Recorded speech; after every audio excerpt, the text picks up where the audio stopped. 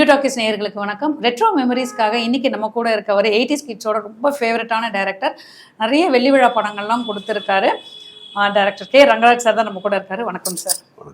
Sir, முதல்ல எங்களுக்கு இந்த ஆப்பர்ச்சுனிட்டி கொடுத்ததுக்காக ரொம்பவே தேங்க்ஸ். பிகாஸ் இன்னைக்கு இருக்க ஜென்ரேஷன்ஸ்க்கு வந்து ஒரு நல்ல கிளாஸியான ஃபிலிம், ஒரு கிளாசிக் ஃபிலிம், ஒரு கல்ட் ஃபில்ம் சொல்லுவாங்களே, அந்த மாதிரி படத்தெல்லாம் பார்த்து ரொம்ப நாள் ஆச்சு. ஒரே ரத்தமும் வன்முறையும் ஒரு ஜாதி கொடுமை இப்படி தான் பார்த்து இது நார்மலைஸோ அப்படின்னு நினைக்கிற ஒரு கட்டத்தில் வந்து இப்போ நம்ம திரும்பி மெமரிஸ் நம்ம பார்க்கும்பொழுது அந்த கட்டத்தில் நீங்கள் எடுத்த படங்களில் வந்து ரொம்ப குடும்பப்பாங்கான நிறைய படங்கள். இந்த மெமரிஸ், இந்த ஜேர்னி நீங்கள் திரும்பி பார்க்கும்போது உங்களுக்கு டக்குன்னு வர மெமரி இது? அதாவது பழைய நினைவுகள் வந்து இப்போ நம்ம அப்போது 80ஸில் படங்கள் பண்ணிகிட்டு இருக்கும்போது பியு சின்னப்பா, தியாகராஜ பகவதர் அவங்கெல்லாம் நமக்கு ரொம்ப நெருக்கமானவங்க கிடையாது, கொஞ்சம் தூரமானவங்க தான். அதே மாதிரி தான் இன்றைக்கி இருக்கிற ஆடியன்ஸு வந்து பழைய படங்களை கொஞ்சம் தூரமாக வச்சே பார்க்குறாங்க. அதனால் அது காலத்தின் கட்டாயம். இப்போ உள்ள ஃபாஸ்ட் ஜென்ரேஷனுக்கு ரசனைகளே வந்து கொஞ்சம் வேறு மாதிரி தான் இருக்குது. ஒரு நிதானம் இல்லை அவங்களோட. ஒரு ஃபேமிலியோட மெலோ ட்ராமா வந்து அவங்க அதை அவ்வளோவா ரசிக்கிறது இல்லை. க்ரைம், அதை ரொம்ப சஸ்பென்ஸ், த்ரில் இதைத்தான் வந்து இப்போது உள்ள ஆடியன்ஸ் எதிர்பார்க்குறாங்க. ஸோ காலத்துக்கு ஏற்ற மாதிரி தான் நாமளும் நம்மளை மாற்றிக்க வேண்டியதாக இருக்குது. அதனால் அந்த கால நினைவுகள் வந்து அதையே நினச்சிட்டு இருந்து இப்போ நம்ம வாழ முடியாது. இப்போது காலத்துக்கு ஏற்றபடி நாம் மாற வேண்டிய அவசியம் இருக்குது. உங்களோட பசுமையான நினைவுகளில் நீங்கள் செரிஷ் பண்ணும்போது ஃபஸ்ட்டு எது வருது உங்களுக்கு? இந்த பயணத்தில் வந்து உங்களோட ஸ்கூல் டேவா இல்லை காலேஜ் டேவா இல்லை நீங்கள் வந்து இந்த ஃபிலிம் இண்டஸ்ட்ரிக்குள்ளே வந்த நினைவுகளா, எது உங்களுக்கு வந்து எனக்கு எப்போவுமே என்னால் மறக்க முடியாது, அப்படியே இன்னமும் பசுமையாக இருக்குது அப்படின்னு எது சொல்லி? அதாவது நான் அந்த சினிமாவுக்கு வர்றதுக்கு முன்னாடி ஸ்கூல் காலேஜ் படிக்கும்போது எனக்கு இந்த ஜெயகாந்தனுடைய எழுத்துக்களும் பாலச்சந்தருடைய படங்களும் என்னை ரொம்ப இம்ப்ரெஸ் பண்ணிச்சு. நம்மளும் வந்து ஒரு பாலச்சந்தர் சார் மாதிரி ஒரு இயக்குனர் ஆகணும் அப்படின்னு நினச்சோம். அந்த சந்தர்ப்பத்தில் காலேஜ் முடித்த உடனே நான் வந்து அந்த ஃபிலிம் மலையாங்கிற பத்திரிகையில் எம்ஜி வல்லமன் தான் எடிட்டர். அவருக்கு வந்து ஒரு கட்டுரை அனுப்பியிருந்தேன். அது வந்து 16 வயதிலே பற்றின ஒரு கட்டுரை. அது கொஞ்சம் ஒரு பரபரப்பாக எழுதியிருந்தேன். அதை பார்த்துட்டு யார் இந்த பையன் பார்க்கணுமே அப்படின்னு பாரதிராஜா சொன்னார். அப்போது எனக்கு அந்த அறிமுகத்தை கொடுத்தது வந்து அந்த எம்ஜி வல்லமன் வெளியிட்ட அந்த கட்டுரை தான். அதுதான் என்னுடைய லைஃப்பில் வந்து முதல் கட்டமாக இருந்தது, முதல் படியாக இருந்தது. அப்போது பாரதிராஜா சார்ட்டியே நான் உதவியாளராக சேர்ந்தேன். அங்கே ஒரு 4 வருஷம் பணிபுரிந்தேன். அதுதான் என்னுடைய கெரியருக்கு அடிப்படையாக அமைஞ்சது. அதுக்கப்புறம் நான் நிறைய ஒரு நாளைக்கு 4-5 ஆங்கில படங்கள் பார்ப்பேன். அது கதைக்காக இல்லை, அந்த சவுண்ட் ட்ராக்கே நான் மறந்துடுவேன். ஒன்லி இந்த ஷார்ட் டிவிஷன், அவங்க எப்படி வந்து ஒரு சீனை எப்படி சொல்கிறாங்க, எப்படி ப்ரெசென்ட் பண்ணுறாங்க அப்படிங்கிறது மட்டுமே வாட்ச் பண்ணிகிட்டு இருப்பேன். ஆடியோ ட்ராக்கை சுத்தமாக மறந்துடுவேன். என்ன கதை, என்ன டைலாக் பேசுகிறாங்க, எதுவும் அதை நான் ஃபாலோ பண்ணுறதில்லை. ஒன்லி விஷுவல்ஸ் மட்டுமே ஃபாலோ பண்ணேன். அதுதான் வந்து அடுத்தபடியாக இருந்தது. பாரதிராஜா சார்கிட்ட அவர் வந்து கிளாஸ் எடுக்க மாட்டார், ஆனால் அவர் எடுக்கிறத பார்த்து நம்ம கிரகிச்சிக்கிறோம் பல விஷயங்களை. அப்புறம் ப்ராக்டிக்கலாக வந்து இப்போ ஒரு ஸ்க்ரீனில் வந்து ஒரு சீன் எப்படி சொல்லப்படுது அப்படின்னு நம்ம பார்க்குறோம். அதை வச்சு நம்ம வந்து நம்ம தனிப்பட்ட முறையில் அதை நம்ம செய்து பார்க்கணுங்கிற எண்ணம் வருது. அப்போது சரியான ஒரு சூழ்நிலையில் ப்ரொடியூசர் வர்றாரு, அவருக்கு படங்கள் பண்ணுறோம். அப்படியாக ஒரு 20 படங்கள் பண்ணியாச்சு. அண்ட் சார், நீங்கள் சொன்னீங்களா அந்த ஒரு ரைட்டிங் தான், அந்த ரைட்டப் தான் வந்து உங்களுக்கான ஒரு என்ட்ரி பாஸ்ன்னு சொல்லலாம். அந்த ஏன்னா பாரதிராஜா சார் மாதிரியான ஒரு லெஜெண்டரி டைரக்டரில் ஒரு அசிஸ்டன்ட் டைரக்டராக போகணுன்றதே நிறைய பேர் தவமாக இருப்பாங்க. அவரை பார்க்க முடியுமா, அவர்கிட்ட பேசணும். பட் உங்களுக்கு அதான் ஈஸி என்ட்ரி பாஸ்ன்னு சொல்ல முடியாது. பட் ஸ்டில் அந்த ரைட்டப் வந்து உங்களை அங்கே கொண்டு நிறுத்துச்சு. உங்களுக்கு அது ஞாபகம் இருக்கா அந்த ரைட்டப்? நீங்கள் என்ன எழுதுனீங்க? அது அந்த டைட்டில் வண்ணமயில் ஒரு வியப்புக்குறி அப்படின்னு தான் அந்த கட்டுரைக்கு தலைப்பு. அது இந்த மாதிரி படங்கள் தான் இருக்கணும், இதுதான் சமுதாயத்துக்கு தேவை, பொய்களை சொல்கிற ஒரு தவறான பிம்பங்களை உருவாக்குற படங்கள் வந்து வரவேற்கக்கூடாது, இந்த மாதிரி ட்ரெண்ட் உள்ள ட்ரெண்ட் செட்டர்ஸ் வந்து நமக்கு தேவை அப்படின்னு அதை ரொம்ப கடுமையாக எழுதியிருந்தேன். அதை பார்த்து தான் அவர் இம்ப்ரெஸ் ஆனார். ஸோ அது ஒரு திருப்பு முனையாக சொல்லலாம். அதை உங்களுக்கு அந்த படம் அவ்வளோ பெரிய தாக்கம் என்ன கொடுத்துச்சு சார்? பிகாஸ் நீங்கள் நிறைய இங்கிலீஷ் ஃபிலிம்ஸும் நீங்கள் பார்க்குறேன்னு சொல்லியிருந்தீங்க. அந்த அது வந்து ஒரு கிராமம் சார்ந்த ஒரு படம் தான், அங்கே இருக்க வாழ்வியல் முறையை எடுத்த படம் தான். அது என்ன உங்களை அவ்வளோ இம்பாக்ட் பண்ணி? அது அந்த வாழ்க்கை முறையை காட்டின விதம் வந்து இயல்பாக இருந்தது. கொஞ்சம் ஆர்டிஃபிஷியலாக ஒரு கிரியேட் பண்ண மாதிரி இல்லாமல் ஒரு லைஃப்பை தத்துவமாக சொல்கிற மாதிரி இருந்தது. அது பழைய படங்களில் மற்ற படங்கள்ல இருந்து அதை வேறுபடுத்தி காட்டுச்சு. அதுதான் அது என்னை ரொம்ப இம்ப்ரெஸ் பண்ணுது. அண்ட் நீங்கள் வந்து சார் கிட்ட நீங்கள் ஜாயின் பண்ணது உங்களுக்குன்னு ஒரு நட்பு வட்டம் உருவாச்சுல. அது வந்து நீங்கள் நிறைய இன்டர்வியூஸில் நீங்கள் சொல்லியிருக்கீங்க. Manobala sir and Chitra Lakshmanan sir, Manojkumar sir and of course Manivannan சார்லாம் அதை பார்க்கும்போது எங்களுக்கு ரொம்ப ஆச்சரியமான விஷயம்னா, ஏன்னா இன்னைக்கு இருக்க காலகட்டத்தில் பார்த்தீங்கன்னா எவ்வளோ ஃப்ரெண்ட்ஸ் எவ்வளோ இருந்தாலுமே கூட தனக்கு ஒரு வாய்ப்பு வருது, தன்னால் வாய்ப்பு பறிப்போக போது நண்பர்னும் போது அந்த இடத்துல வந்து ஒரு சுயநலம் வந்துடுது. யாராக இருந்தாலும் ஃபர்ஸ்டே தனக்கு மிஞ்சிதான் தானம் தருவாங்கிற மாதிரி. பட் நீங்கள் அந்த காலகட்டத்தில் அவ்வளோ நீங்கள் இவ்வளோ ஃப்ரெண்ட்ஷிப்பாக அது ஏதோ ஒரு காலேஜில் படிக்கிற மாதிரியே இருக்கும். ஒருத்தர் கிண்டல் பண்ணுறது வந்து ரொம்ப ஜோவியலாக பேசிக்கிறது, படங்களுக்கு போகிறது, புது விஷயங்களுக்கு பகிர்ந்துக்கிறது, இது வந்து ரொம்ப அபூர்வம். ஏன்னா இன்னைக்கெல்லாம் 10-15 அசிஸ்டன்ஸ் எல்லாம் இருக்காங்க. அப்போ 4 பேர் தான் இருப்போம். அப்போ அந்த 4 பேர் வந்து அந்த வேலைகளை பகிர்ந்துக்கிட்டு ஒரு அண்டர்ஸ்டாண்டிங்கோட இருந்தோம். அது வந்து அண்டர்ஸ்டாண்டிங் ப்ளஸ் ஒரு நட்பு, அஃபெக்ஷன். இதுதான் வந்து எங்களை ஒருத்தருக்கு ஒருத்தர் ஒரு பொறாமையாக பார்க்காம மற்றவங்க வளர்ச்சியை வந்து சந்தோஷப்பூர்வமாக பார்க்கக்கூடிய ஒரு வியூவை கொடுத்தது. அதில் மறக்க முடியாத நிகழ்வு இருக்கு. நீங்கள் 5 பேரும் ஒரு இடத்துல இருக்கீங்க. ஒரு கேலியாக இருக்கலாம், ஒரு கிண்டலாக இருக்கலாம், இல்லை யாராவது ஒருத்தர் சொதப்பி இருக்கலாம். அந்த ஸ்பாட்டில் யார் அதிகமாக திட்டுவாங்க நீங்கள் சார்கிட்ட? பாரதி சார் எல்லாருமே திட்டுவாங்க. ஆனால் அந்த எங்களுக்கு வந்து சீனியர் வந்து சித்ரா லட்சுமணன் தான். எங்களுக்கு ஏதாவது ரொம்ப பிரச்சனைன்னா நாங்கள் அவர் முன்னாடி ஒதுங்கிப்போம். அவர் தான் சார் வந்து சார்கிட்ட பேசி சமாதானம் பண்ணுவார். அந்த மாதிரி எங்களுக்கு ஒரு எல்டர் பிரதர் மாதிரி சித்ரா லட்சுமணன். அது வந்து அதுதான் சொல்கிறேனே, எந்த விஷயத்தையும் சீரியஸாக எடுத்துக்கிறது இல்லை. எல்லாமே ஜாலியாக வந்து நாங்கள் கஷ்டப்பட்டு வேலை செய்கிறத கூட நாங்கள் வந்து அதை ரொம்ப ஹாப்பியாக எடுத்துக்கிட்டோம். அதனால் எங்களுக்கு அது ஒரு அந்த பீரியட் வந்து ஒரு கோல்டன் பீரியட்னு சொல்லுவாங்க. அண்ட் சார் வந்து இப்போ அசிஸ்டன்ட் டைரக்டர் அப்படின்னு சொல்லும்போது இப்போ நிறைய பேர் நீங்கள் சொன்ன மாதிரி ஒரு படத்துக்கே வந்து ஒரு 5-6 பேருக்கு மேலே இருக்காங்க. பட் இப்போ இருக்க காலகட்டத்துக்கும் அப்பவும் நிறைய வித்தியாசம் இருந்திருக்கு. ஒரு அசிஸ்டன்ட் டைரக்டரோட லைஃப்னு நீங்கள் சொல்வீங்க, பிகாஸ் நீங்கள் அதுலேருந்து தான் அடுத்து வந்து டைரக்டராக அப்படி வந்தீங்க. ஒரு அசிஸ்டன்ட் டைரக்டர்ஸோட லைஃப் அப்படின்னா அதில் என்னென்ன சேலஞ்சஸ் இருக்கும்? நீங்கள் அது மாதிரி ஏதாவது சேலஞ்சஸ் ஃபேஸ் பண்ணிருக்கீங்க? சேலஞ்சஸ் வந்து நிறைய சிரமங்கள் வந்திருக்கு. உதாரணத்துக்கு வந்து நான் வந்து ஒரு ரிப்போர்ட் எழுதுவேன். அது வந்து கல்லுக்குளிரம்ங்கிற படத்தில் ஒரு ரிவர், ஒரு ராக் மேலே நின்று ஷூட்டிங்கு. அதில் எழுதிட்டு இருக்கும்போது அது ஸ்லிப்பாகி கீழே விழுந்துச்சு. அவன் மணிவண்ணன் ஓடி போய் எடுக்க பார்த்தா போயிடுச்சு. அதுக்கப்புறம் அவனையும் உட்காந்து ஞாபகப்படுத்தி எல்லார்ட்டையும் கேட்டு அந்த ஓகே டேக்ஸ் எழுதி. இப்போ எல்லாம் வந்து டிஜிட்டலில் வந்து இந்த ஓகே டேக்கு தேவையில்லை, எல்லாமே வந்து ஹார்ட் டிஸ்கில் வந்துடும். ஆனால் அப்போ வந்து அந்த செலக்டிவாக ஓகே டேக்கு மட்டும்தான் வந்து பிரிண்ட் போடுவாங்க. ஸோ அந்த ரிப்போர்ட் ரொம்ப முக்கியம். அதை கரெக்டாக ஞாபகம் வச்சு எழுதினான். அப்போது இதை வந்து டைரக்டர்கிட்ட சொல்லலை, எங்களுக்குள்ளேயே அதை வச்சுக்கிட்டோம் அந்த விஷயத்த. அந்த மாதிரி ஒருத்தருக்கு ஒருத்தர் வந்து போட்டு கொடுக்கறதெல்லாம் இல்லவே இல்லை. அவ்வளவு இதாக இருக்கும். இன்னும் சொல்லப்போனால் இந்த டப்பிங் பார்த்துக்கிற இன்சார்ஜ் நான்.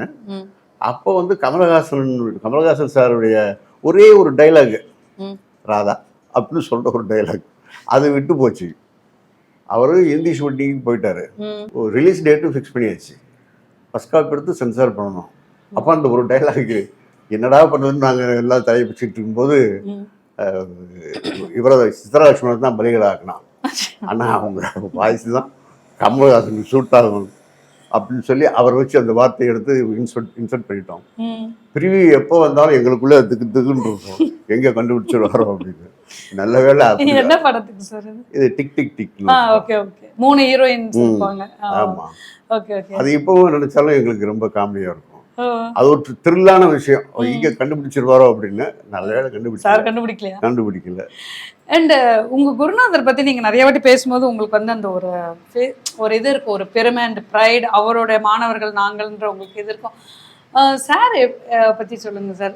பாரதி சார் வந்து ஒரு ஷூட் பண்ணும்போது அவரே நடிச்சு காட்டுவாரு, நாங்க கேள்விப்பட்டிருக்கோம். சம்டைம்ஸ் ஃபைட் பண்ணி காட்டுவாரு, டான்ஸ் பண்ணி காட்டுவாரு. அதெல்லாம் வந்து மற்றவங்கலாம் பின்னாடி தான், இவர் தான் வந்து ஃப்ரண்ட்ல இருப்பார். அதனால எங்களுக்கு அவர் பெரிய அட்மிரேஷன் தான். ஏன்னா அது ஒரு யூனிவர்சிட்டியில் படிக்கிற மாதிரி அது. அந்த லெசன் வந்து எந்த யூனிவர்சிட்டிலையும் சொல்லிக் கொடுக்க முடியாது.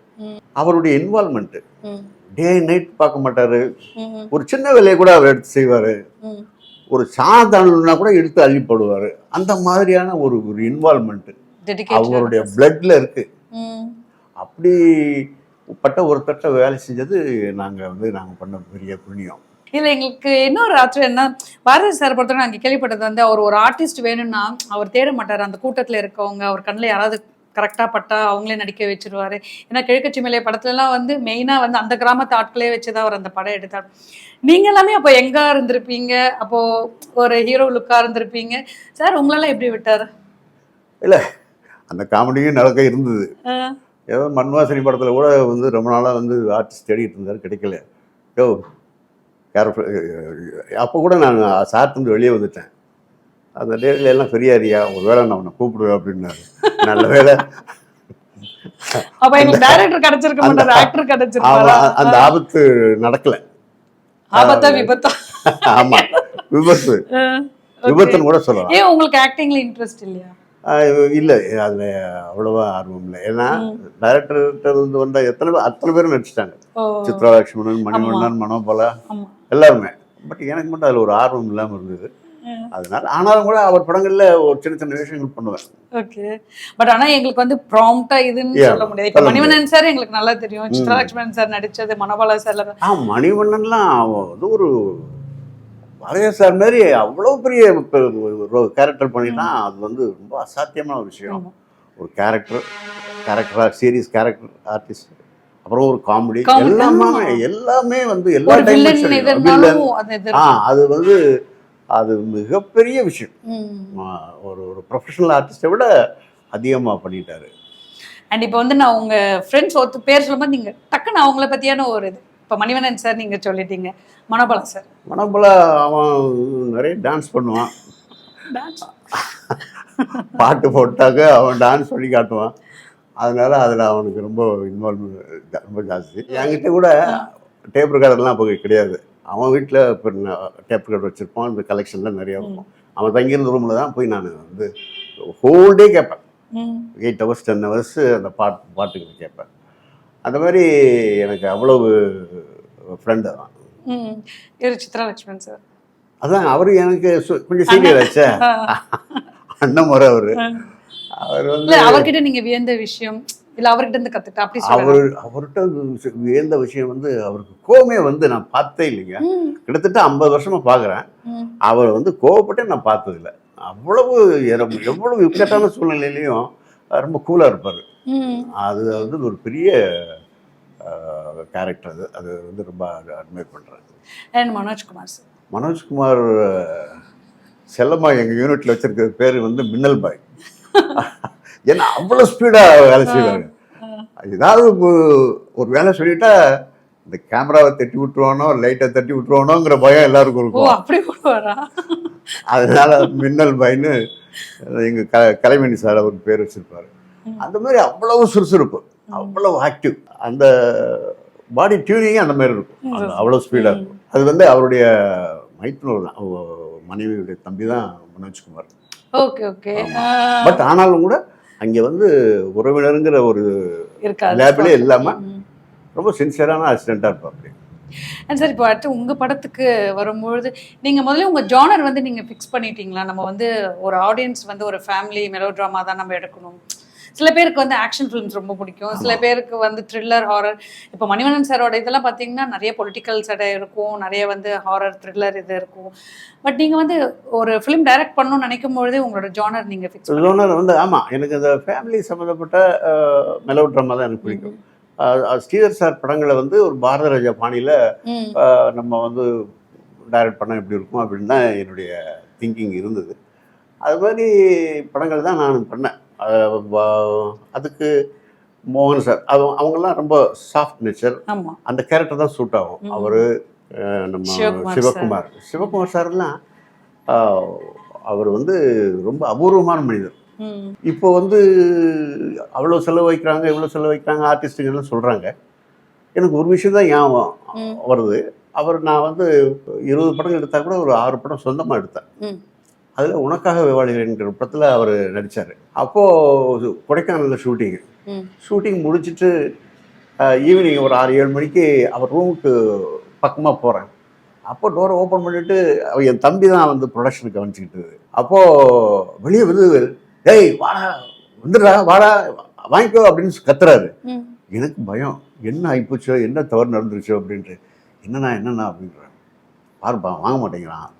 என்ன இல்லை நான் ஒரு டெலகிராம் இது எஸ்டிடி புக் பண்ணேன், அதுக்கு 18 ரூபா, அதை நான் கொடுத்தா வாங்க மாட்டேங்கிறான் அப்படின்னு கோவிச்சுக்கிட்டாரு. என்னன்னா இப்போ வித்தியாசமாக சொல்கிறீங்க அப்படின்னு. அப்புறம் அவரை சமாதானப்படுத்த பெரிய விஷயமா போச்சு. அந்த மாதிரி ஒரு அற்புதமான மனிதர் வந்து சிவகுமார். அவர் மாதிரி வந்து அவர் உண்மையை தவிர எதையும் பேச மாட்டார். அவர் ஒரு நேர்மையான மனிதர். அவர் வந்து எனக்கு சினிமா உலகத்தில் நான் முதல் எடுத்துக்காட்டாக நினைக்கிறது வந்து அவர் தான். அண்ட் சார் அதான் சொல்கிறேன், இந்த நீங்கள் வந்து உன்னை நான் சந்தித்தேன், ஏன்னா அதுக்கு முன்னாடி எடுத்த படம் அவ்வளோ கொஞ்சம் ஜனங்க கிட்ட ரீச் ஆகலை. உதயகீதம், உன்னை நான் சந்தித்தேன், இந்த மாதிரி படம் வரும்போது தான் அது வந்து ஒரு பெரிய, பிகாஸ் அந்த உதயகீதம் வரும்போது கமல் சார் ஒரு படமும் ரஜினி சார் ஒரு படமும் ரிலீஸ் ஆச்சு. ஸோ அப்போவே அவங்க 2 பேரும் எஸ்டாப்ளிஷ்டு ஹீரோஸாக இருக்கும்பொழுது அதுக்கு நடுவில் இந்த ஃபிலிம் வந்து பிளாக் பஸ்டர் ஹிட்டாக இருந்து அதை நீங்கள் எதிர்பார்த்தீங்களா? அதுக்கு ஒரு முக்கிய காரணம் இளையராஜாவுடைய பாட்டு தான். அது வந்து அவர் ஒரு பீக்கில் இருந்தது. அவருடைய 300வது படம் தான் உதயகீதம். அது வந்து அந்த அந்த ஸ்ட்ரென்த் வந்து படத்துக்கு வெற்றிக்கு ரொம்ப ஹெல்ப் பண்ணிச்சு. 2வது அது சக்ஸஸ்ஃபுல் ப்ரொடியூசர் கோவிந்த் தம்பி. அப்புறம் ஒரு எதிர்பாராத திருப்பம் உள்ள கதையாக வேற அது இருந்தது. ஸோ இத்தனை அம்சங்களும் சேர்ந்து அந்த படம் பெரிய சக்ஸஸ் ஆகிறது காரணமாக இருக்குது. ஆச்சரியமா, பிகாஸ் எல்லாத்துமே கிரெடிட் வந்து அவங்களுக்கு எடுத்துப்பாங்க, நீங்கள் வந்து எல்லாருக்கும் நீங்கள் கிரெடிட், அது மியூசிக்கு, பிகாஸ் அது சச் அ ஹிட் ஃபிலிம்னும்போது நீங்கள் வந்து அந்த ப்ரைடு நீங்கள் எடுத்துக்காம நீங்கள் வந்து அது மியூசிக் இல்லை அண்ட் ப்ரொடியூசர் அண்ட் ஆர்டிஸ்ட்னு சொல்கிறது வந்து உங்களோட இது காட்டு. அது ஒரு டீம் இருக்கு தானே. அதனால அந்த ஃபிலிம் வந்து லக்ஷ்மி மேமோட ரோலும் இதில் ஆஸ் அ டைரக்டராக வந்து நீங்கள் அது ஏன் அந்த படம் குறிப்பிட்டு நான் கேட்குறேன்னா, இட்ஸ் சச் அ ஹிட். அந்த ஸ்க்ரீன் பிளேக்காக அதில் நடித்த ஆர்டிஸ்ட்டு, அந்த மியூசிக் நீங்கள் சொன்ன மாதிரி அண்ட் ட்விஸ்ட் அண்ட் டர்ன்ஸ் நிறைய இருந்ததுனால அந்த ஃபிலிம் பற்றி கேட்க சார். அதில் நடித்த வந்து மோகன் சாரோட இது வந்து ஒரு கைதி ரோல் அண்ட் லக்ஷ்மி மேம் வந்து அவங்களோட அம்மா ஒரு லாஸ்ட்டில் தான் அவங்களுக்குமே தெரியல. இந்த காம்பினேஷன்ஸ் நீங்கள் பார்க்கும் இந்த சக்ஸஸ் வந்து நீங்கள் இதுக்கு எப்படி சொல்கிறது, லக்ஷ்மி மேமோட இதெல்லாம் ஆக்டிங் அவங்க ஒரு விஷயம் மறக்கவே முடியாது. அவங்க வந்து ஒரு கைதியை தப்ப விட்டுறாங்க அப்படிங்கிற குற்றச்சாட்டு இருக்கு. அதுக்கப்புறம் அந்த கைதி வேற யாரும் இல்லை, அவருடைய சன்னு தான் அப்படின்னு தெரிஞ்ச உடனே அந்த டிபார்ட்மெண்ட்ல சார்ஜ் வைக்கிறாங்க. அந்த மாதிரி நீங்க வேணும்னே தான் அவங்க பையன்னு தெரிஞ்சுக்கிட்டு தப்பிக்க விட்டுருக்கீங்க. ஆமா, லாஸ்ட் சீன்ல அதுக்கு முன்னாடி அவங்க 3/4 ஃபிலிம்ல அப்போ அவங்க அப்பதான் வந்து அவன் சன்னா, இத்தனை வருஷத்துக்கு முன்னாடி காணாம போன சன்னா அப்படின்னு அவங்களுக்கு அப்பதான் தெரியுது. இன்னொன்று, அது தெரிஞ்சு நம்ம அவனை தப்பிக்க விட்டோம் அப்படின்னு நம்மளுடைய சின்சியாரிட்டி மேலே சந்தேகப்படுறாங்க. அப்போ இத்தனை வருஷம் சின்சியாரிட்டிக்கு இதுதான் வந்து ரிவார்டா அப்படின்னு அவங்க வேதனைப்படுறாங்க. நான் அந்த ஷார்ட்டை வந்து அந்த அந்த எக்ஸ்பிரஷனுக்கு ஒரு 10 செகண்ட் விடலாம் அப்படின்னா நான் வந்து 20 செகண்டுக்கு மேலே நான் அந்த இதை ரன் பண்ண விட்றேன். நான் வந்து பார்த்துட்டே இருக்கேன். கட்னு சொன்னதுக்கப்புறம் தான் அவங்க வந்து தேங்க்ஸ் சொன்னாங்க. அதாவது என்னுடைய அந்த சஸ்டெயினை வந்து ஃபீல் பண்ணி வந்து நீங்க வந்து அலோவ் பண்ணீங்கல்ல, ரொம்ப தேங்க்ஸ் அப்படின்னாங்க. ஆனால் ஷார்ப்பா கட் அப்படின்ட்டா அது எவ்வளவு சஸ்டெயின் வேணுமோ அது கிடைக்காம போயிருக்கும். அது அவங்களுக்கு அலோவ் பண்ணது வந்து அவங்க ரொம்ப கம்ஃபர்டபுளா ஃபீல் பண்ணாங்க. இல்ல அவங்க மாறி மாறி வரும், லைக் நம்ம பையனா அப்போ நம்ம நீங்க சொன்ன மாதிரி தான் அந்த ஃபேஸ்ல வந்து கொஞ்சம் க்ஷணத்துலேயே வந்து அத்தனை எக்ஸ்பிரஷன்ஸ் வந்து மாவலஸாக இருக்கும் அந்த லாஸ்ட் மினிட் இது.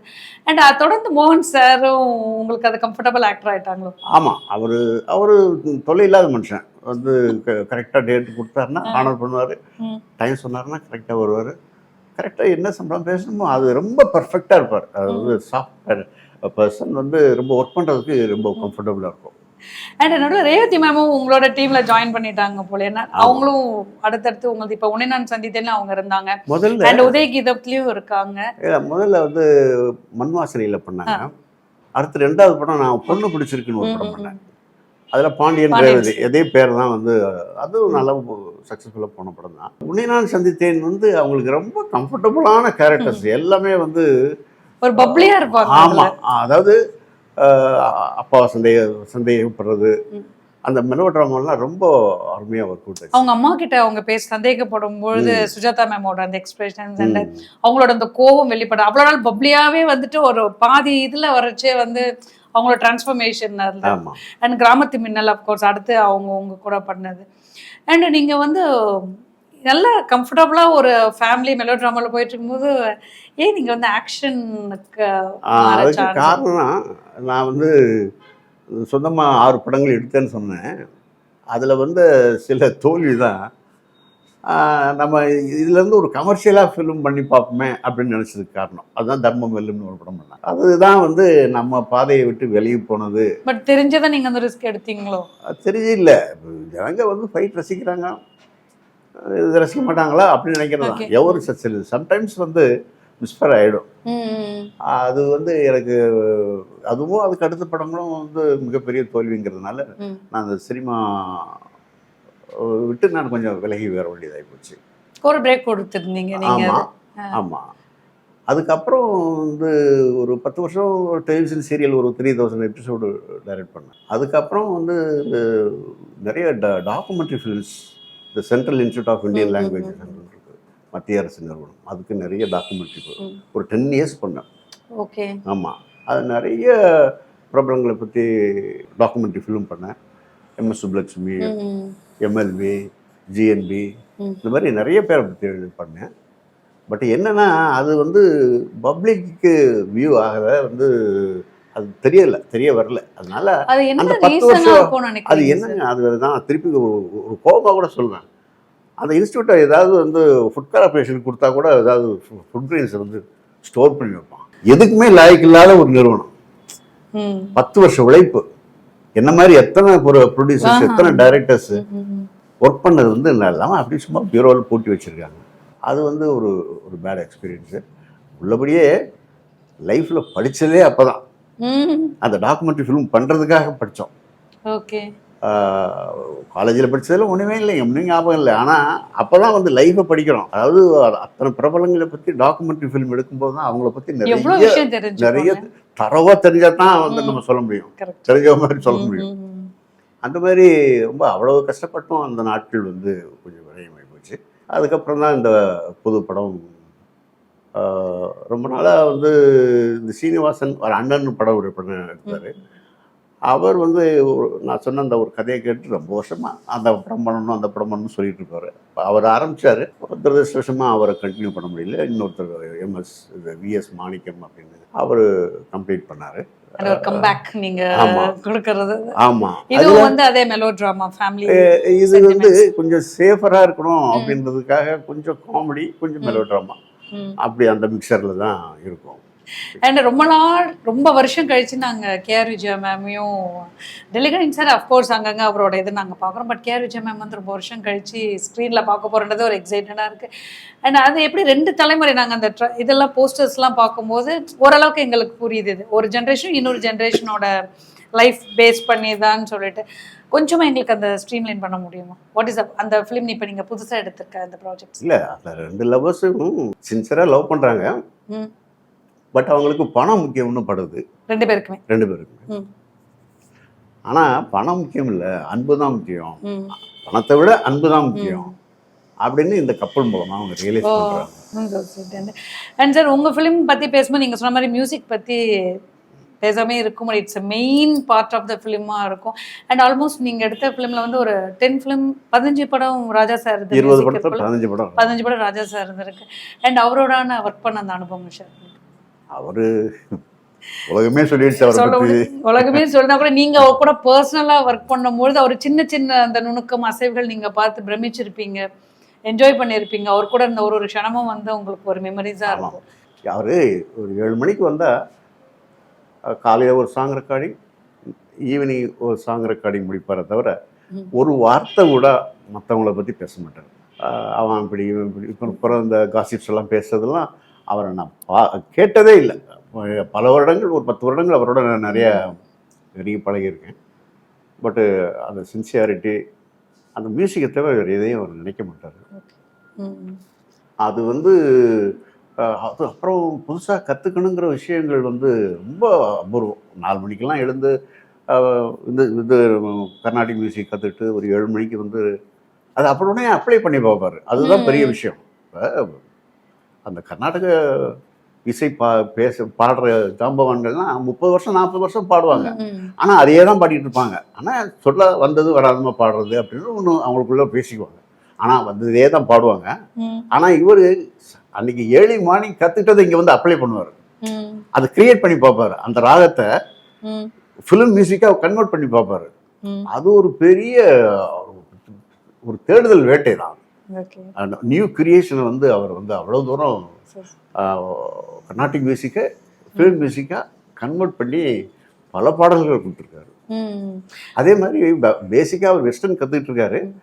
வெஸ்டர்ன் அண்ட் கர்நாடிக்கை கரெக்டாக மிக்ஸ் பண்ணி ஒரு நியூ வெர்ஷன் அவர் கொடுத்தது. அதனால தான் இப்போ 40 வருஷமாக அவரை பற்றியே பேசிகிட்டு இருக்கோம். Sure sir. அண்ட் அவர் உங்கள் படத்துக்கு போட்ட சாங் உங்களுக்கு ரொம்ப பிடிச்சது? எல்லாமே இருக்குங்கிறத விட எல்லாமே இல்லை, இந்த உதயகீதத்தில் கிளைமேக்ஸில் அந்த உதயகீதம் பாடுவேன்னு ஒரு பாட்டு இருக்கு. அது ரொம்ப ஸ்லோவாக இருந்தது. நாங்கள் ஷூட்டிங்க்கு வந்துட்டோம். மோகன் வந்து பாட்டை கேட்டுட்டு மைக்கு போய் பாட போகிறாரு. ஒரு ஷார்ட் பண்ணிட்டு வந்து சொல்கிறாரு, என்ன டைரக்டர் வந்து ரொம்ப ஸ்லோவாக இருக்குது, கிளைமேக்ஸ் இதில் எப்படி எடுக்கணும் அப்படின்னோடனே எல்லாருக்குமே சந்தேகம். எனக்கு, கேமராமேனுக்கு, அவங்களுக்கு, இவங்களுக்கு எல்லாருமே சந்தேகம். ஒரு கிளைமேக்ஸில் எப்படி பாட்டு எழுதணுமா அப்படின்ட்டு ப்ரொடியூசர்ட்டையும் கேட்டோம். சரி நீங்கள் சார்ட்ட போய் பேசுங்க அப்படின்னு. அவர் கேட்டுட்டு, இல்லைப்பா இல்லை சரியாக இருக்கும், அது பேக்ரவுண்ட்லாம் நம்ம ஃபாஸ்ட்டாக சில சீக்வன்ஸ்லாம் சொல்லியிருக்கேன், அதுக்கு தகுந்தபடி மியூசிக் பண்ணியிருக்கோம், கண்டிப்பாக அது அந்த சுச்சுவேஷனுக்கு கரெக்டாக உட்காரும் அப்படின்னு சொன்னார். கொஞ்சம் பயந்துகிட்டே தான் போய் அதை ஷூட் பண்ணி ஃபினிஷ் பண்ணி நாங்கள் வந்து ஸ்க்ரீன் பண்ணி பார்க்கும்போது ஜனங்கக்கிட்ட அது மிகப்பெரிய வரவேற்பு கொடுத்தது. அப்போது அவருடைய ஜட்ஜ்மெண்ட்டு தான் இங்கே வந்து கரெக்டாக இருந்தது. அண்ட் சார், உங்கள் படத்தை விட்டுட்டு பொதுவாக இளையராஜா சாங் எனக்கு வந்து எப்போ ஃபீல் டவுனாக இருக்கேன், இல்லை ரொம்ப ஜோஷாக இருக்கேன், எனக்கு இந்த சாங் ராஜா சார் கேட்டால் எனக்கு இதுவாக இருக்கும்னா நீங்கள் சொல்லுங்கள். பூங்காற்று திரும்புமா, முதல் மரியாதை வருது. ஓ, அந்த பாட்டு ரொம்ப ரொம்ப ஹார்ட் டச்சிங்காக இருக்கும். அது ரொம்ப எப்போ கேட்டாலும் சீரியஸ் ஆகிடுவோம், அந்த மாதிரி ஒரு பாட்டு. அண்ட் சார், இப்போ அடுத்தது கேட்கணும் வந்து, இப்போ நீங்கள் வந்து 80s டைரக்ட் பண்ணியிருக்கீங்க, ப்ரொடியூஸ் பண்ணியிருக்கீங்க. இப்போ வந்து ஆல்ரெடி 2024 நம்ம வந்திருக்கோம். இப்போ ஜனங்களோட ரசனை வந்து எங்கே மாறி இருக்குன்னு நினைக்கிறீங்க சார்? லைஃபுடைய நேச்சரே மாறி போச்சே. இப்போ ஹோம் அப்ளையன்ஸில் வந்து எல்லாம் ஸ்மார்ட் லெவலில் வளர்ச்சி, எங்கேருந்து வேணாலும் ஆப்ரேட் பண்ணலாம். என்ன, அதாவது ஒரு டே டு டே லைஃப்பில் இருக்கிற சேஞ்சஸ் தான் சினிமாலேயும் வரும். அப்போது இப்போது இந்த டிஜிட்டல் மயம் ஆயிடுச்சு. முன்னாடியெல்லாம் வந்து சவுண்ட் ட்ராக்கில் வந்து ஒரு டயலாக் ட்ராக் இருக்கும், ஒரு ஆர்ஆர் ட்ராக் இருக்கும், ஒரு எஃபெக்ட் ட்ராக், 3 ட்ராக்குள்ளே தான் வந்து மிக்ஸ் பண்ணுவோம். இப்போ வந்து இந்த டிஜிட்டலில் எஃபெக்ட்ஸ்னால் ஒரு 30-40 எஃபெக்ட் ட்ராக் இருக்குது, ஆர்ஆர்னால் அது 30-40 ட்ராக் இருக்குது. இப்படி டயலாக்னா இன்னும் ஏகப்பட்ட ட்ராக்ஸ் இருக்குது. இது எல்லாத்தையும் ப்ரீமிக்ஸ் பண்ணி வந்து நம்ம ஃபைனல் மிக்ஸ் பண்ண வேண்டியிருக்கு. இதெல்லாம் இன் டீட்டெயில் வந்துருச்சு டிஜிட்டல் ஃபார்மேட்டில். முன்னாடியெல்லாம் ஒரு ஃபிலிம்னுடைய ஒரு ஃப்ரேமை வந்து RGBன்னு சொல்லுவாங்க, ரெட் க்ரீன் ப்ளூ.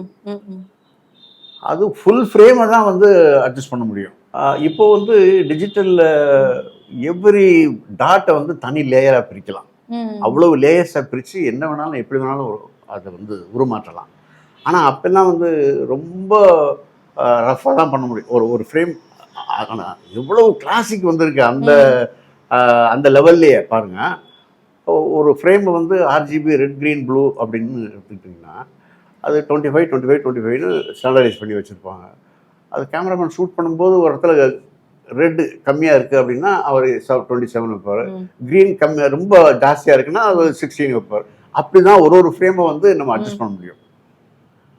இப்போ வந்து நிறைய டெக்னாலஜி வந்ததுனால அந்த பழைய முறையே இந்த ஃபிலிமில் ஷூட் பண்ணுறது, அதை கிரேட் பண்ணுறது, அதெல்லாம் இல்லாமல் போச்சு, காணாமல் போச்சு. அப்போ வந்து எல்லா சைடுமே, ஈவன் சவுண்ட் எடுத்துங்க, சவுண்ட் வந்து ஒரு இடத்துக்கு இன்னொரு இடத்துக்கு மூவ் ஆகிறது ஒரு 3 டைமென்ஷனில். இதெல்லாம் வந்து ரொம்ப அற்புதமான டெவலப்மெண்ட்டுங்க. இதை வச்சுக்கிட்டு இன்னும் பெரிய கிளாசிக் கொடுத்தா சந்தோஷம். ஓகே, எல்லாம் வந்து சந்தோஷம். ஏன்னா அவ்வளோ டெக்னிக்கல் சப்போர்ட் இருக்கு இப்போ. அதை பயன்படுத்தணும். Okay okay. ஒரு மலிவான ஒரு ரசனைக்கு நம்ம பலியாயிடக்கூடாது. அண்ட் சார் நீங்கள் படம் டைரக்ட் பண்ணும்போது அப்போ வந்து பெரிய லெவலில் ப்ரொமோஷன் அப்படின்னு பார்த்தீங்கன்னா இந்த ஹோர்டிங்ஸ் வைப்போம் நம்ம, ஆமாம். அந்த ஒரு போஸ்டர்ஸ் அதுதான். இப்போ வந்து சோஷியல் மீடியாவில் நிறைய ப்ரொமோஷன்ஸ் நடக்குது. இப்போ இருக்க இந்த சோஷியல் மீடியா ட்ரெண்ட் வந்து நீங்கள் வந்து வரமா நினைக்கிறீங்களா, இல்லை அது வந்து இதில் தான் நிறைய படத்தை பற்றியான முன்னாடி நிறைய டீட்டெயில்ஸ் கசி இது ஆகுது, ஸோ அந்த இது வரமா சாபமா? இல்லை, இப்போ முன்னாடி ட்ராமா போடும்போது சினிமாங்கிற ஒரு ஃபார்ம் வந்து ட்ராமாவை டிஸ்டர்ப் பண்ணிச்சு. அப்புறம் சினிமாவுடைய வளர்ச்சி வந்து பல கோணங்களாக பிரிஞ்சிருச்சு, பல வழியில் பிரிஞ்சிருச்சு. மீடியாவாகட்டும், ஓடிடி இந்த மாதிரி நிறைய டைவர்ஷன் வீட்லேயே வந்து பார்க்கக்கூடிய அளவுக்கு ஆகிப்போச்சு. ஸோ இந்த வளர்ச்சியை வந்து தடுக்கவே முடியாது. நல்ல படங்கள் கொடுத்தால் வந்து வீட்டில் உட்காந்தாவது பார்ப்பாங்க, பார்க்க வைக்கணும். அதுதான் வந்து ரசனை மலைந்து போகாம இருக்கணும்னு நினைக்கிறீங்க டுவர்ட்ஸ் தி எண்ட். ஆமா ஆமா. ஏன்னா அந்த மெலோ ட்ராமாவை சாஃப்ட் ஃபிலிம்ஸ், ஃபீல் குட் ஃபிலிம்ஸை வந்து தியேட்டரில் வந்து ரசிக்கிறவங்க கிட்டத்தட்ட ஒரு 60% லேடிஸாக இருப்பாங்க. ஆனால் இப்போ இவங்க டோட்டலாக 60% தியேட்டருக்கே வர்றதில்லை, எல்லாம் வீட்லேயே உட்காந்துடுறாங்க அந்த டிவி சீரியல்லையே. ஸோ அந்த மாதிரியான படங்களுக்கு இப்போ வரவேற்பு நிறைய குறைஞ்சி போச்சு. ஸோ சோஷியல் மீடியா வந்து எய்தர் இதுவும் இல்லை, அது வந்து அது காலத்தின் கட்டாயம். அதை போய் நம்ம எதிர்த்து நம்ம போராட முடியாது. ஏன்னா இப்பெல்லாம் வந்து படம் வந்து ரிவ்யூங்கிறது வந்து ஒரு ஸ்டுடியோக்குள்ளன்னு இல்லாமல் ஒரு தியேட்டருக்குள்ளே வந்து ஒரு ஃபிலிம் ரிவ்யூ மாதிரி எடுத்து அது எப்படி எவ்வளோ தடை பண்ணாலும் வந்து அது மாதிரி டக் டக் டக்குன்னு வெளியில் வந்துடுது. ஒரு படத்தோட விதியே வந்து அந்த படம் பார்த்துட்டு நிர்ணயம் பண்ணுறன்ற லெவலுக்கு கூட தாண்டி அப்பப்போ முடிவு பண்ணிடுறாங்க. நிறைய வந்து ஹேட்ரஸ் நிறைய இதுவாகுது.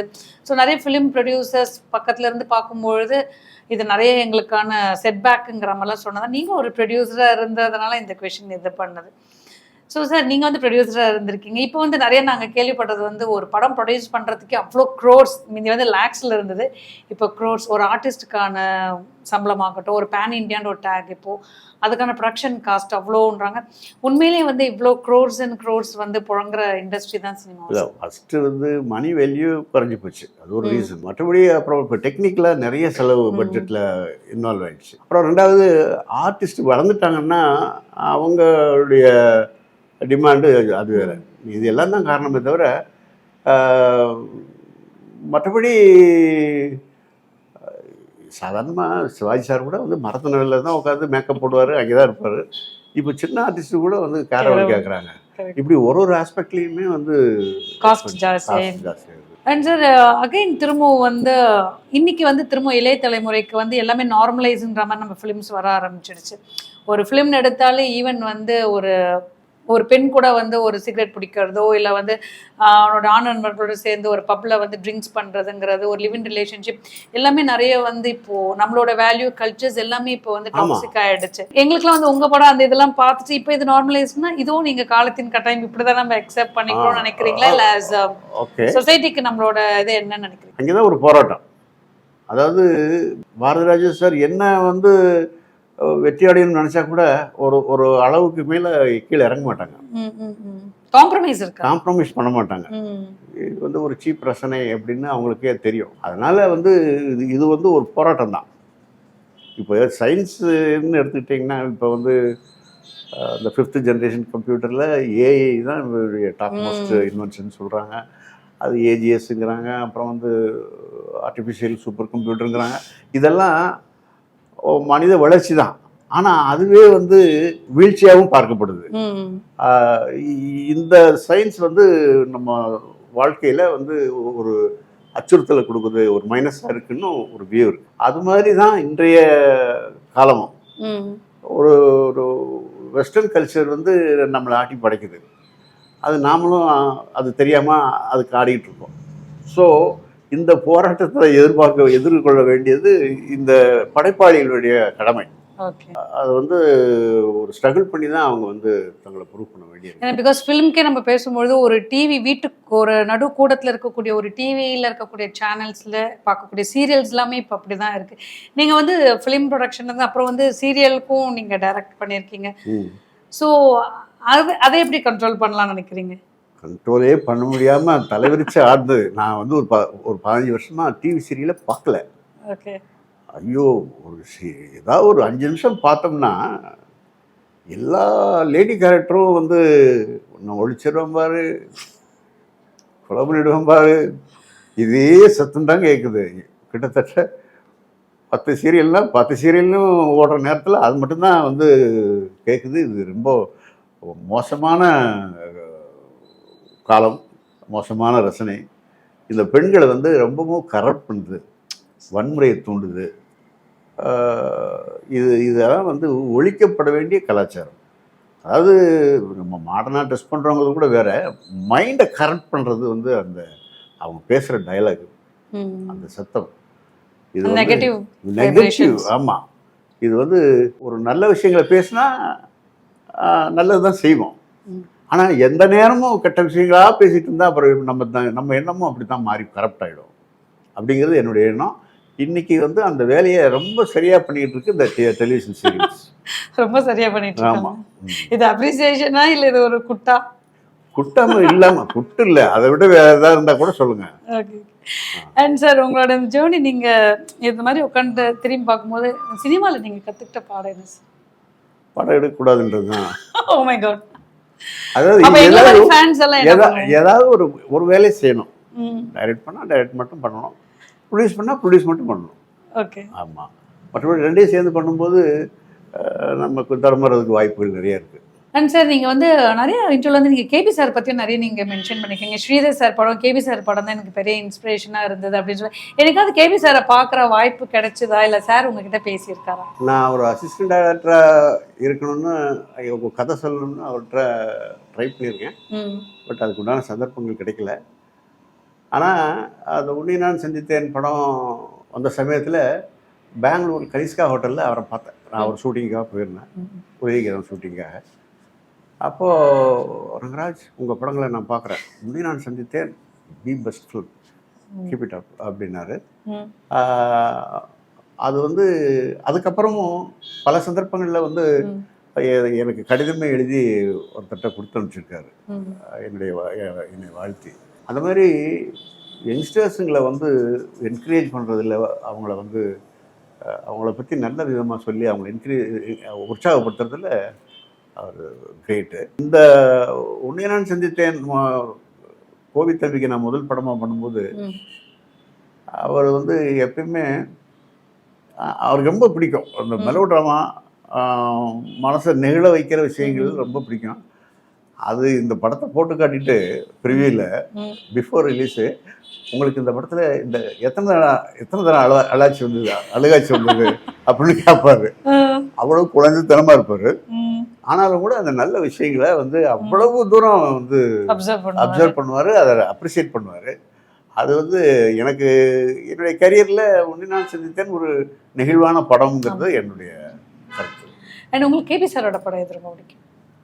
As a director, as a ரசிகராக, ஒரு இது ப்ரொடக்ஷனில் ஒர்க் பண்ணியிருக்கீங்க. ஸோ இதுதான் கிளாசிக்கான ஃபிலிம் கேபி சார். இது எல்லாமே கரெக்டாக இருக்குது, ஸ்க்ரீன் பிளே, ஆர்டிஸ்ட், இது எல்லாமே. நீங்கள் உங்களுக்கு பிடிச்ச KP sir?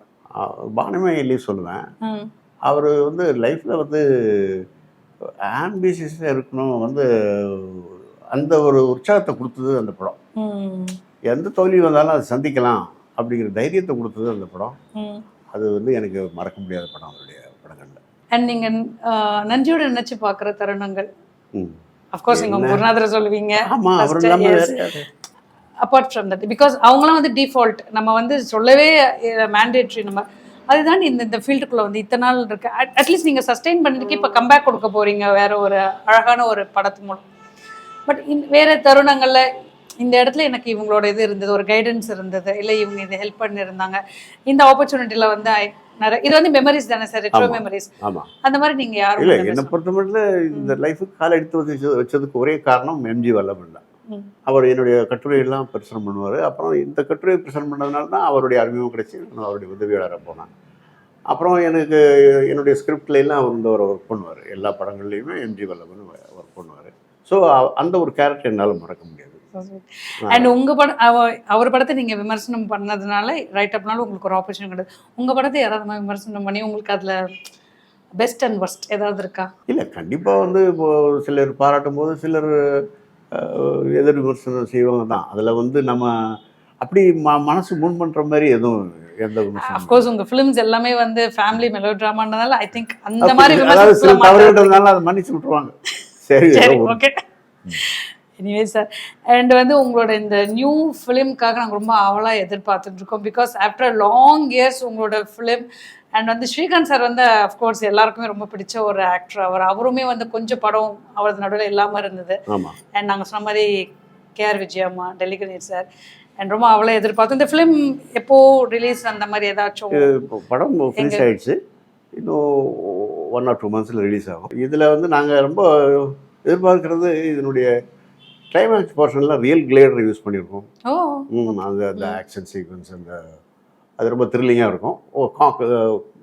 Comedy with thrill அப்படி இருக்கும். அது வந்து கொஞ்சம் சிறப்பாக இருக்கும் கிளைமேக்ஸ்லன்னு எதிர்பார்க்குறோம். மற்றபடி ஜனங்க இன்றைக்கி எதிர்பார்க்குற காமெடி, ப்ரௌட் காமெடி. அப்புறம் அதில் வந்து ஸ்லைட்டாக மனசை டச் பண்ணுற மாதிரி சில சீரியஸ் சீன்ஸு இந்த கலவையில் அந்த படம் பண்ணியிருக்கோம். கண்டிப்பாக வந்து ஆதரவு ஃபேமிலி ஆடியன்ஸ்க்கான ஒரு ஃபிலிம். ஆமாம். ரொம்ப பர்டிகுலராக இதில் வன்முறையோ அதிகப்படியான கவர்ச்சியோ இருக்கக்கூடாதுங்கிற ஒரு பிடிவாதத்தில் நான் ஜனங்க அதை ரசிப்பாங்கங்கிற ஒரு நம்பிக்கை இல்லை. கட்டாயம் சார். ஏன்னா பிகாஸ் எல்லாமே ரோலர் கோஸ்டர் தானே சார். இது அந்த மெலோ ட்ராமாலேருந்து அப்படியே ஆக்ஷன் வந்து பேய் படம் ஒரு பீரியடில் வந்து இதுவாக போய் இப்போ வந்து வயலன்ஸ், இப்போ வந்து டாக்ஸிக் சப்ஜெக்ட், இப்போ அகைன் நாங்கள் வந்து கண்ணுக்கு ஒரு நல்ல விஷயமா, ஒரு காதுக்கு நல்ல மெசேஜாக ஒரு படம் வராதான்னு பார்க்குற சமயத்தில் உங்களோட ஃபிலிம் நீங்கள் கொண்டு வரீங்க. அண்ட் எங்களோட வியூவர்ஸ் சார்பாக அது வந்து நிச்சயமாக அது ஒரு பெரிய ஹிட் கொடுத்து திரும்ப நீங்கள் இந்த மாதிரி நிறைய ஃபிலிம் நீங்கள் பண்ணணும்னு நாங்கள் விஷ் பண்ணிக்கிறோம் சார். அண்ட் உங்களோட மெமரிஸ் எங்களோட ஷேர் பண்ணிக்கிட்டு ரொம்பவே நன்றி சார். ரொம்ப நன்றி. ரொம்ப நன்றிம்மா. ஹிந்து டாக்கீஸ் வியூவர்ஸுக்கு என்னுடைய மனமார்ந்த நன்றி. அண்ட் நீங்கள் பேசும்போது நீங்கள் எக்ஸ்பிளைன் பண்ண விதத்தில் உங்கள் ஃபேஸ் ஒரு டேரக்டர் இப்போ பாரதிராஜா சார் வந்து அந்த கள்ளுக்குளிரம் படத்தில் வந்து அவர் அந்த ஆர்டிஸ்ட்க்கு எக்ஸ்பிளைன் பண்ணும்போது அந்த ஃபேஸ்லேயே அந்த எக்ஸ்பிரஷன் தெரியும். அது கொஞ்சம் கொஞ்சம் உங்கள் ஃபேஸில் அப்படியே வந்துட்டு போச்சு. அண்ட் நாங்கள் நிறைய உங்ககிட்ட படம் எதிர்பார்க்குறோம் sir. Okay. And thank you so much. Okay, thank you. Thank you sir.